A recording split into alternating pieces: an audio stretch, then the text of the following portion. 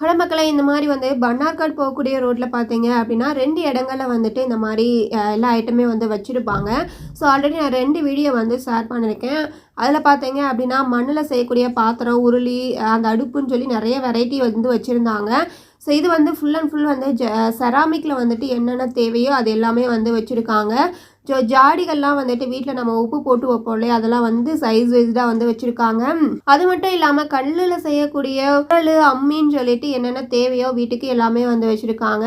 So ஆன்லைனில் வந்துட்டு இந்த ஜாடியெல்லாம், உப்பு போடக்கூடிய ஜாடியெல்லாம் பார்த்தோம் அப்படின்னா வந்துட்டு 300 ரூபாய்க்கு மேலேயே வந்து ரேட் வந்து போட்டிருக்காங்க. பட் நான் வந்து பார்த்தீங்க அப்படின்னா 2 ஜாடி வந்து 100 ரூபான்னு சொல்லி தான் வந்து வாங்கியிருந்தேன்.